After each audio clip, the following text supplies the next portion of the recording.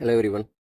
நம்ம weekly current ஈவெண்ட்ஸாக 29, அதாவது December 29 to ஜனவரி 4ஆம் தேதி வரைக்கும் நடந்த கரண்ட் ஈவெண்ட்ஸ் வந்து பார்த்துட்டு இருக்கிறோம். அந்த வகையில் இது பார்ட் 3 வீடியோ. பார்ட் 1 அண்ட் 2 வந்து தமிழ்நாடும் அண்ட் நேஷனல் வந்து கவர் பண்ணியிருப்பேன்.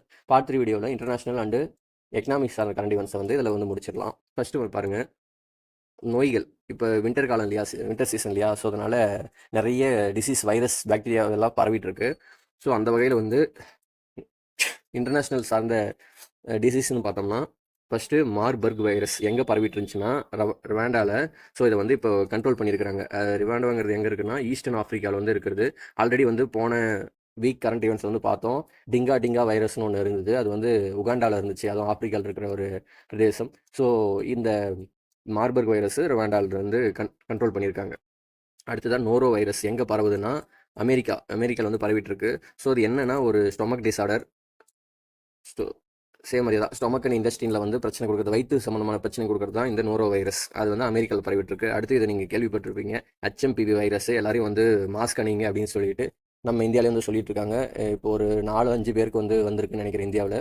ஸோ நீங்கள் வந்து சேஃபாக இருந்துக்கோங்க. ஆக்சுவலி இது ஒன்றும் பிரச்சனை கிடையாது. சைனாவில் பரவிட்டு இருக்குது. 2001 வந்தது தான். கொரோனா வைரஸ் மாதிரி இப்போ வந்தது கிடையாது. அது ஆல்ரெடி வந்தது தான். ஸோ இந்த வின்டர் சீசன் வந்ததுனால சரியான சளி பிடிக்கிறது, தொண்டை கட்டுறது, இது மாதிரியான சிம்டம்ஸ் வந்து தெரியும். அது ஆக்சுவலி நம்மளுக்கு நிறைய பேருக்கு வந்து போயிருந்துருக்கும் எனக்கு தெரிஞ்சு. சின்ன குழந்தைங்க, இந்த இம்யூன் சிஸ்டம் லோவாக இருக்கிற ஆட்கள், அப்புறம் குட்டி குழந்தைங்க, இது மாதிரி ஆட்களுக்கு மட்டும்தான் அதிகமாக வந்து இது தாக்கத்தை வந்து ஏற்படுத்துது. அது உயிரிழப்பெல்லாம் யாருக்கும் இல்லை.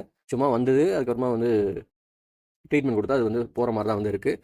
ஸோ பார்த்துக்கோங்க. HMPV virus, human meta pneumo virus, எங்கே இருக்குன்னா சைனாவில் வந்து பரவிட்டு இருந்தது.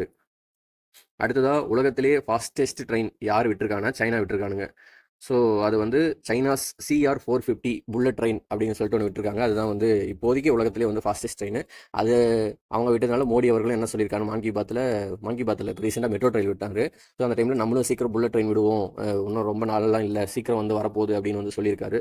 ஸோ பார்த்து இருந்து பார்ப்போம். அடுத்ததாக நியூ இயர் செலிப்ரேஷன் முடிஞ்சது இல்லையா. ஸோ நியூ இயர் செலிப்ரேஷன் பார்த்தோம்னா எங்கே வந்து ஃபஸ்ட்டு ஐலாண்டு அல்லது ஃபஸ்ட்டு காண்டினென்ட் வந்து எது நியூ இயரை செலிப்ரேட் பண்ணுதுன்னு பார்த்தோம்னா, இப்போது மேப் வந்து இது அமெரிக்கான்னு வச்சுக்கோங்க, இது சவுத் அமெரிக்கா, இது அப்படியே யூரோப்பு, இது ஆப்பிரிக்கா, இது அப்படியே ஏசியா, இது இந்தியா, இது ஆஸ்திரேலியா, இது அப்படியே நியூசிலாந்து அப்படின்னு வச்சுக்கோங்க. ஆக்சுவலி உலகம் வந்து இப்படி சுற்றிட்டு இருக்குங்களா, இப்படி சுற்றிட்டு இருக்கும். அதில் ஃபஸ்ட்டு இந்த சைடில் இருக்கிறது தான் முதல்ல நியூ இயர் கொண்டாடும். இவங்க கொண்டாடி முடிச்சுட்டு வந்த பின்னாடி தான் இவங்க கடைசியாக தான் இங்கே கொண்டாடுவாங்க. ஸோ இங்கே இருக்கிற அமெரிக்கா பக்கத்தில் என்ன இருக்குன்னா ஹவாய் தீவு இருக்குது. ஸோ ஹவாய் தீவு தான் கடைசியாக கொண்டாடும். அதாவது பேக்கர் அண்டு ஹோலாண்ட் ஐலாண்டு அவங்க தான் வந்து கடைசியாக நியூ இயர் கொண்டாடுறாங்க. ஃபஸ்ட் இயர் கொண்டாடுறாங்கன்னா கிறிஸ்மஸ் ஐலாண்டு, கிரிபெத்தி அப்படின்ற ஒரு ஐலாண்டு தான் வந்து ஃபஸ்ட்டு கொண்டாடுறாங்க. நியூசிலாந்துக்கு கொஞ்சம் சைடில் இருக்கிற மாதிரி இருக்கும். ஸோ அவங்க தான் வந்து ஃபஸ்ட்டு கொண்டாடுறாங்க. ஸோ ஃபஸ்ட் அண்ட் லாஸ்ட் வந்து யாருன்னு பார்த்து வச்சுக்கோங்க. அடுத்ததாக தமிழ் டீச்சிங் ப்ரோக்ராம் இப்போது எங்கே வந்து லான்ச் பண்ணியிருக்காங்கன்னா ஃபிஜி, நியூசிலாந்துக்கு மேலே இருக்கிற ஒரு தீவு, ஃபிஜி தீவு. ஸோ அங்கே தான் வந்து தமிழ் டீச்சிங் ப்ரோக்ராம் வந்து ஆரம்பிச்சிருக்காங்க. அடுத்ததாக ப்ளூம்பர்க் ரிப்போர்ட் வந்து ரீசெண்டாக ரிலீஸ் பண்ணியிருக்காங்க. அது என்ன சொல்லியிருக்காங்கன்னா குளோபல் லிஸ்ட் ஆஃப் பில்லியனர்ஸ், பணக்கார பட்டியல் வந்து ரிலீஸ் பண்ணியிருக்காங்க. அதில் நம்ம இந்தியாவை சேர்ந்த அம்பானி வந்து 17வது இடத்துக்கு வந்து பிளேஸ் ஆகியிருக்காரு. ஃபஸ்ட்டு யார் பணக்காரன்னு பார்த்தோம்னா எலான் மஸ்க். உங்களுக்கு தெரியும், யுனைடெட் ஸ்டேட்ஸ்காரரு, டெஸ்லா அண்ட் ஸ்பேஸ் எக்ஸ் நிறுவனத்துடைய CEO. ஸோ அவர் தான் வந்து உலகத்திலே அதிக பணம் வச்சிருக்கிற ஒரு பணக்காரத்தில் வந்து ஃபஸ்ட்டு நம்ம இந்தியாவை பொறுத்த வரைக்கும் அம்பானி 17வது இடம். அடுத்து அப்படியே அந்த லைன் மட்டும் பார்த்துக்கோங்க. ஜெஃப் பெசோஸ் யார், அமேசானுடைய நிறுவனர், அந்த விஷயத்தெல்லாம் பார்த்துக்கோங்க அப்படியே லைனாக. அடுத்ததாக இன்டர்நேஷ்னல் இயர்ஸ் 2025 வருஷம் இந்த யுனைடெட் நேஷனல் ஜெனரல் அசம்பிளி வந்து ஒரு ஆண்டை வந்து ஒரு குறிப்பிட்ட விஷயமா வந்து அனௌன்ஸ் பண்ணுவாங்க. அந்த வகையில் 2025 வந்து என்னென்ன அனௌன்ஸ் பண்ணியிருக்காங்கன்னா, international year of quantum science and டெக்னாலஜியாகவும் இன்டர்நேஷனல் இயர் ஆஃப் கிளேசியர்ஸ் ப்ரிசர்வேஷனாகவும் அனௌன்ஸ் பண்ணியிருக்காங்க. அதாவது குவாண்டம் அறிவியல் மற்றும் தொழில்நுட்ப ஆண்டாகவும் ஒன்று, இன்னொன்று வந்து பனிப்பாறைகள் பாதுகாப்பு ஆண்டாகவும் வந்து அறிவிச்சிருக்கிறாங்க. அதே சமயத்தில் 21 மார்ச்சை வந்து இனிமேலுக்கு கிளேசியர்ஸ் டேவாக வந்து கொண்டாட போகிறோம் அப்படின்னு வந்து சொல்லியிருக்காங்க. ஆல்ரெடி வந்து நம்ம ஃபாரஸ்ட் டேவை வந்து 21 மார்ச்சாக தான் வந்து கொண்டாடிட்டு இருக்கோம். அந்த வகையில் இப்போதைக்கு கிளேசியர் டேவாகவும் கொண்டாட போகிறோம். அடுத்ததாக யுனைடெட் நேஷனல் ஜெனரல் அசம்பிளி என்ன சொல்லியிருக்காங்கன்னா, இன்டர்நேஷனல் இயர் ஆஃப் கோஆப்ரேட்டிவ்ஸ் கூட்டுறவு ஆண்டாக வந்து அறிவிச்சிருக்கிறாங்க. அடுத்ததாக பீஸ் அண்டு ட்ரஸ்ட்டாகவும் வந்து அறிவிச்சிருக்கிறாங்க. அப்போது அமைதி மற்றும் நம்பிக்கை ஆண்டாகும். அப்போ 4 ஆண்டா வந்து அறிவிச்சிருக்காங்க, அதை பார்த்துக்கோங்க. அடுத்ததாக டிகேட்னா 10 இயர்ஸு. ஸோ ஒரு 10 வருஷத்தில், கடந்த 10 வருஷத்தில், அதாவது 2014 டு 2024க்குள்ள எது வந்து வெப்பமான ஆண்டுன்னு பார்த்தோம்னா போன வருஷம் தான் அப்படின்னு வந்து சொல்லியிருக்காங்க. இதை பார்த்துக்கோங்க. அடுத்ததான் நம்ம science and tech and environment சம்மந்தமாக நியூஸ் பார்த்துருக்கோம்.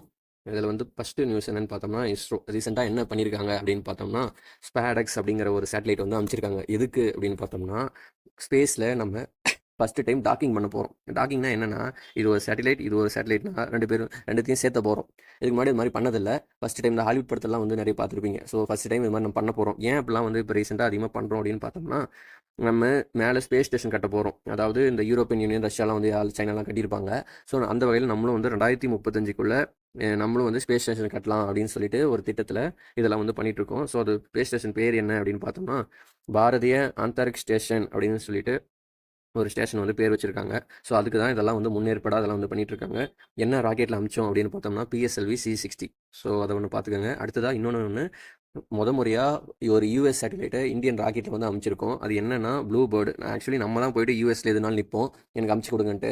ஸோ இந்த டைம் அவங்களே நம்மக்கிட்ட வராங்கன்னா, அப்போ ஸ்பேஸில் நம்ம எந்த அளவுக்கு வந்து முன்னேற்றம் அடைஞ்சிருக்கோம் அப்படின்னு வந்து பார்த்துக்கணும். ஸோ அந்த ப்ளூ பேர்டு அப்படிங்கிறத பார்த்துக்கோங்க.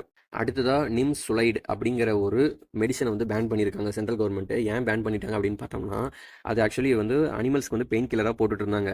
அது போட்ட மிருகம் வந்து போட்ட ஒரு அனிமல்ஸ் வந்து இறந்து போகிறதுனால அதை சாப்பிட்ற பேர்ட்ஸு இல்லை ஈகிள்ஸ் அது மாதிரி பேர்ட்ஸ்க்கு வந்து என்ன பிரச்சனை ஆகுதுன்னா, கிட்னி ஃபெயிலியரும் அப்புறம் நிறைய வந்து லிவர் ஃபங்க்ஷன் இது மாதிரி விஷயம்லாம் வந்து டிசார்டர் வந்து இறந்து போதுங்க. அதனால் வந்து இந்த மெடிசன் வந்து இனிமேல் யூஸ் பண்ணாதீங்க அப்படின்னு சொல்லிட்டு பேன் பண்ணியிருக்காங்க. ஸோ அந்த மெடிசன் வந்து பார்த்துக்காங்க, நிம்சுலைடு. ஸோ அவ்வளோதான், கரண்ட் ஈவெண்ட்ஸ் முடிஞ்சது. அடுத்ததாக எக்கனாமி அண்டு இன்னும் அடுத்தடுத்த முக்கியமான டேஸ் அதெல்லாம் வந்து அடுத்தடுத்த வீடியோவில் பார்ப்போம். தேங்க்யூ.